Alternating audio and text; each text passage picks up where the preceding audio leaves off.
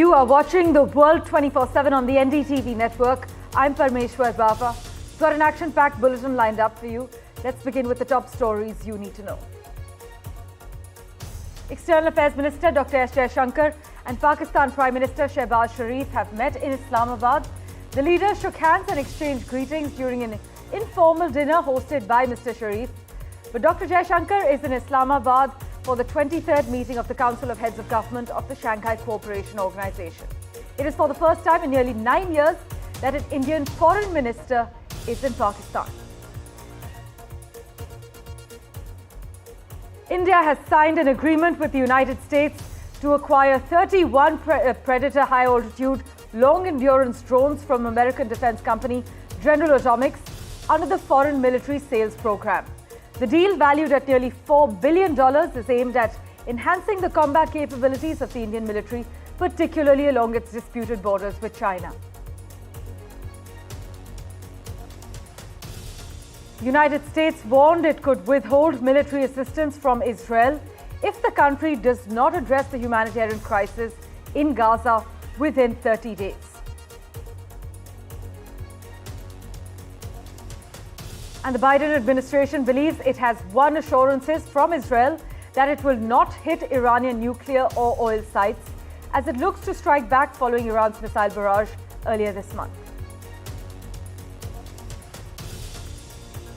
Russia has reportedly formed a special battalion composed of North Korean soldiers, with at least 18 of them already fleeing their posts near the border of Bryansk and Kursk regions in Russia, according to sources within Ukrainian intelligence services.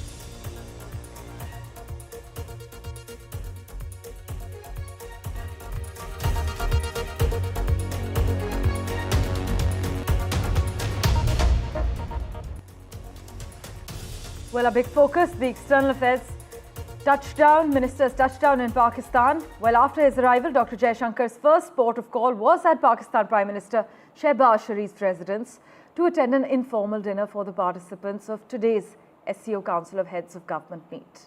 Now, the main event of the SCO meeting is scheduled for today, where leaders will discuss enhancing security cooperation and strengthening economic ties among member nations. But among the notable attendees at the SCO summit are China's Premier, Russia's Prime Minister, Iran's First Vice President, and the Prime Ministers of Kyrgyzstan, Belarus, Kazakhstan, Tajikistan, and Mongolia.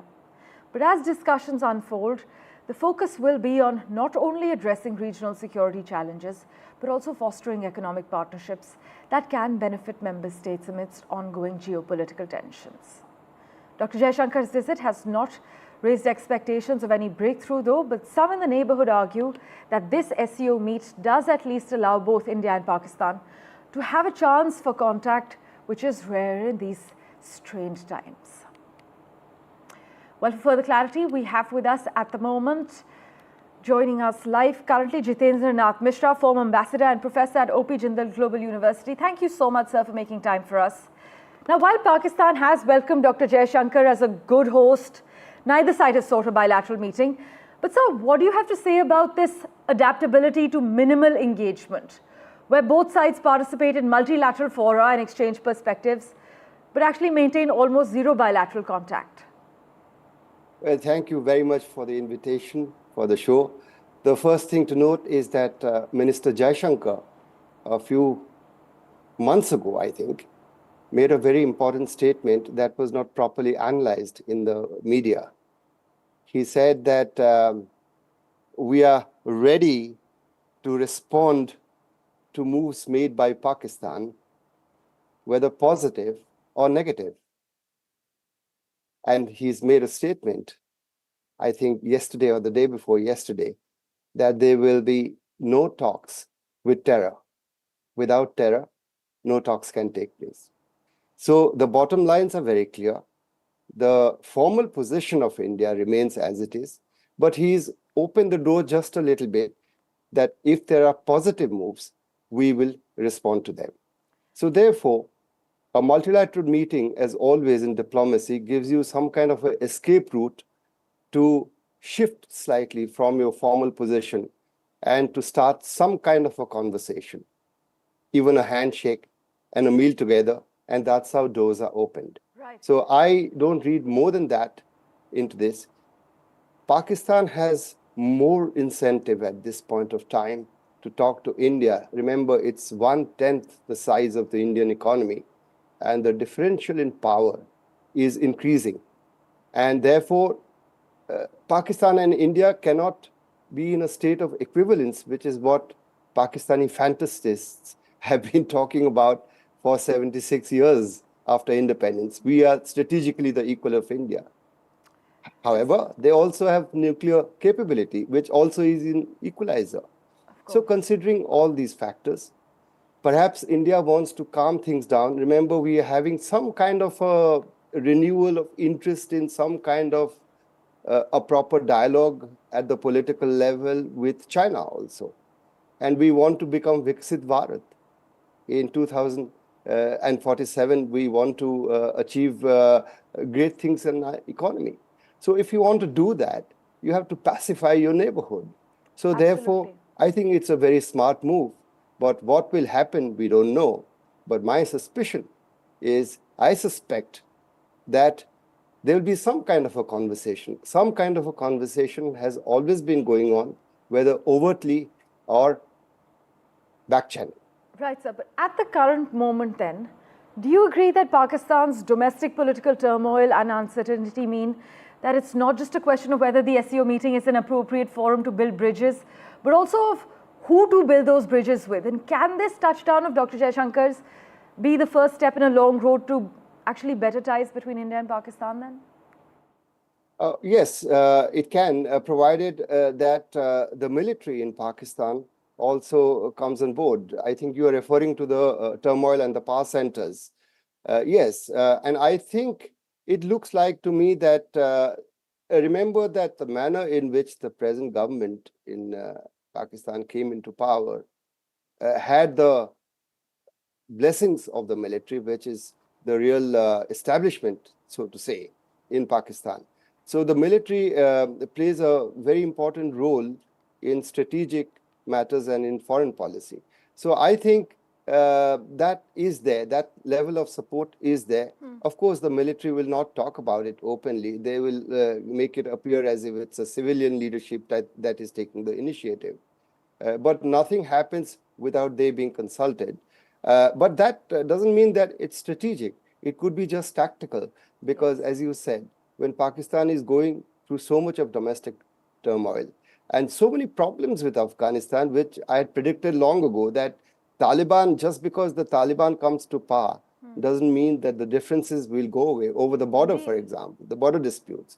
So they also want to pacify the Eastern Front. They have also an interest in doing that because they have to recover economically. Well, pleasure to hear your perspective, sir. Thank you so much for joining us on NDTV.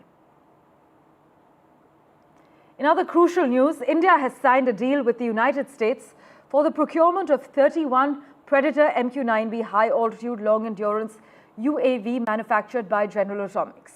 But this development comes less than a month after Prime Minister Modi and US President Joe Biden held talks about the acquisition of the drones on the sidelines of the Quad Leaders Summit held in Delaware. Our two countries had signed a deal worth 32,000 crore rupees for the acquisition of 31 Predator drones, along with the establishment of a maintenance, repair and overhaul facility in India. Now, this deal will enhance the surveillance capabilities of the Indian Armed Forces. But what exactly are the features of the MQ-9B drones and the significance? Here's our report.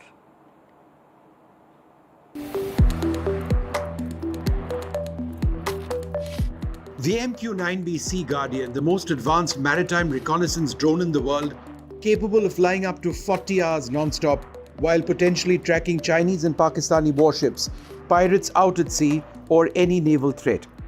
The Navy will get 15 Sea Guardians, while the Army and Air Force will get 8 Sky Guardian drones each, meant to keep an eye out along the Himalayan frontier. The total value of the deal is 32,000 crore rupees, and the first drones will start entering service in about 4 years. The MQ-9B is the world's best military unmanned capability for doing that. So with a very high endurance as well as a very high altitude at which it can operate, equipped with long-range radars for detecting and targeting ships at sea or military equipment on land. They're equipped with long-range SIGINT and ELINT sensors, large aperture video sensors, etc., with long-range and short-range potential of carrying weapons. The Sea and Sky Guardian drones, which will also be maintained, repaired and overhauled in India as part of the deal, will be a huge boost for India's armed forces. These come at a time when China, the world's largest drone manufacturer, has deployed a host of new drones in Tibet, all directed at India, as these satellite images broadcast on NDTV show.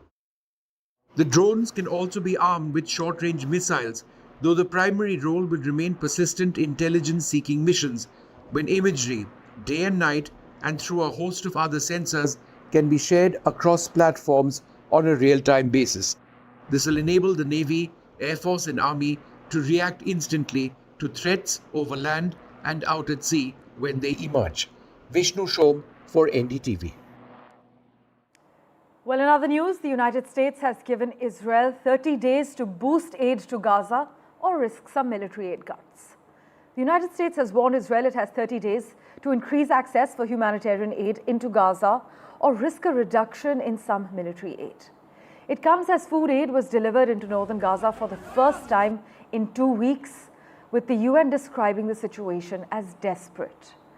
But you must note that the United States has also said that components for an advanced anti-missile system have begun arriving in Israel, with the Pentagon saying the system is intended to help Israel defend itself and will be operational in the near future.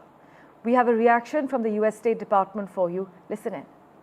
What we have seen over the past few months is that the level of humanitarian assistance has not been sustained. In fact, it has fallen by over 50% from where it was at its peak. So the Secretary, along with Secretary Austin, thought it was appropriate to make clear to the government of Israel that there are changes that they need to make again to see that the level of assistance making it into Gaza comes back up from the very, very low levels that it is at today. Meanwhile, Israel has assured the Biden administration that a planned retaliatory attack on Iran will not target nuclear and oil facilities, according to US officials, a promise sought by the White House to head off further Middle East escalation and to avoid a potential oil price increase. The pledges came in a call between President Biden and the Israeli Prime Minister Benjamin Netanyahu last week, as well as in conversations in recent days between Defense Secretary Lloyd Austin and his Israeli counterpart Yoav Gallant.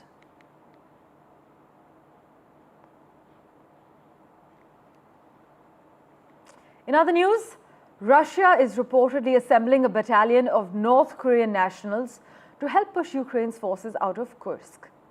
As reported by Ukrainian outlet Liga, citing a source in Ukrainian military intelligence, Moscow will staff its newest outfit with troops sent over by Kim Jong-un. The troops may subsequently be involved in combat missions in the country's southwestern regions, as per reports.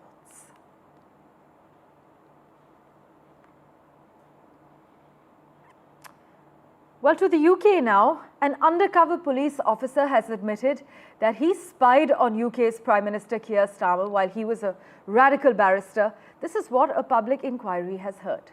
The police spy has said that he accessed confidential details of the legal advice that Keir Starmer was giving to two environmentalist campaigners in the well-known McLibel case in the early 90s, and the contents of the advice were then relayed by the spy to his managers in a covert Scotland Yard unit, the inquiry was told.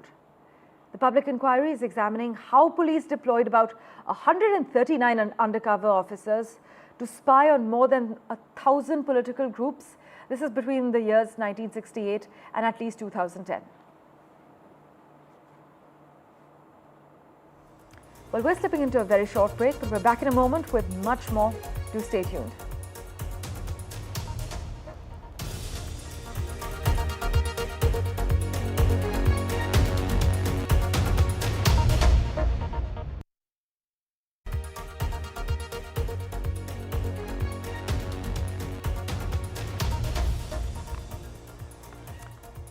Well, now to the menace of hoax calls impacting flights. Well, an Air India direct flight from New Delhi to Chicago was diverted to Canada following a hoax bomb threat which was posted online. A total of 10 flights have been grounded in less than 48 hours after receiving hawk threats.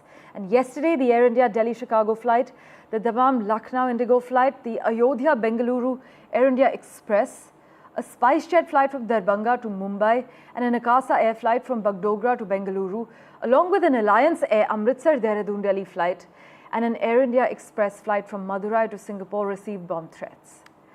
Vishnu Shom has the lowdown for us and what the security agents are doing to tackle this entire problem. The Singapore Defence Minister has made a statement, a tweet, where he said that two Singaporean Air Force F-15 fighter aircraft escorted an Air India Express aircraft, which was on a flight from Madurai to Singapore, away from populated areas. That aircraft was eventually allowed to land at Changi International Airport in Singapore more than 1 hour, 14 odd minutes after it was scheduled to land, despite having taken off on time. Obviously, there was a diversion.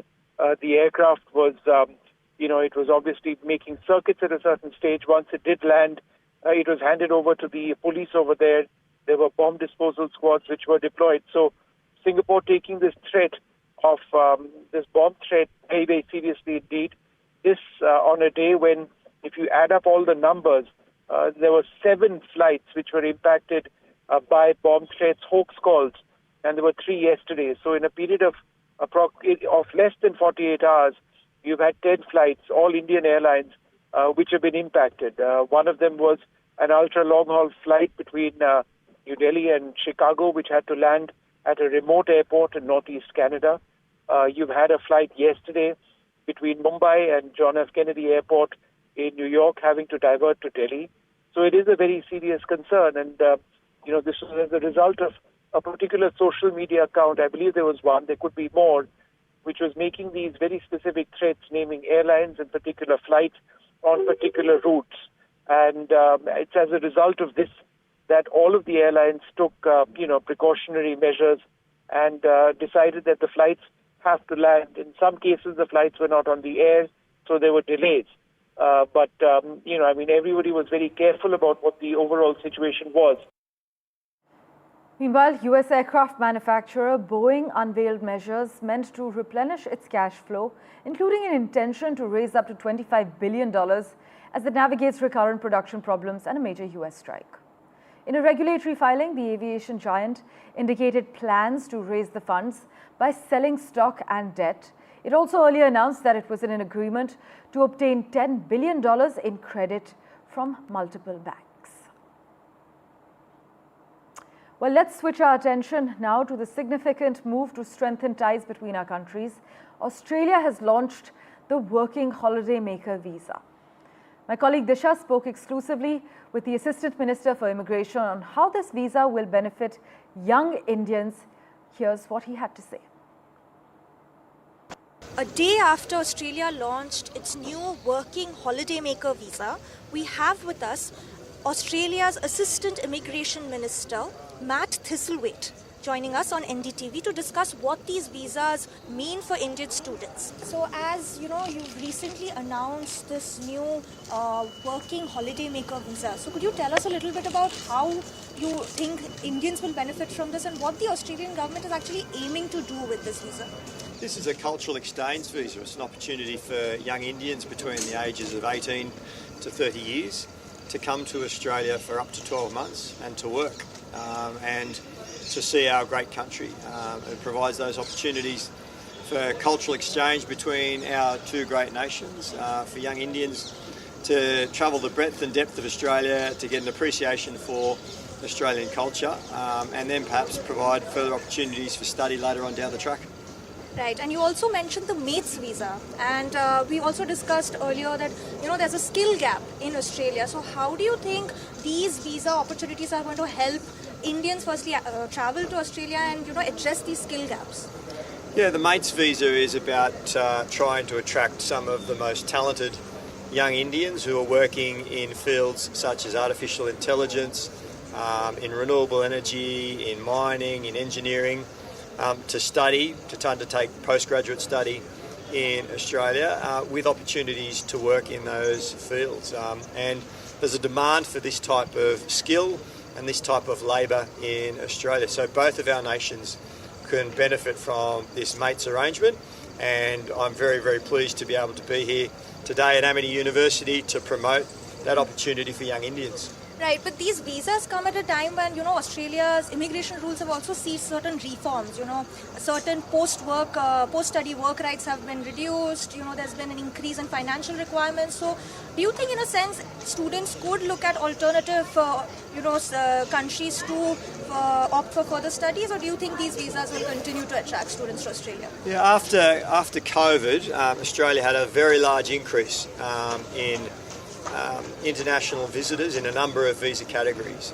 So the government developed a longer-term strategy to make sure that we're guaranteeing quality outcomes for international students at Australian universities and technical colleges, and indeed better outcomes for skilled migrants who come to Australia as well. So it's about quality assurance, it's about a better experience for people who are coming from all over the world, and ensuring that the system is sustainable and that it has broad support in the Australian community. Thank you so much, Minister, for speaking to NDTV. My pleasure. Thank you. Thank you for investing your time and watching this edition of The World 24/7. We'll keep tracking the latest updates for you. Do stay tuned.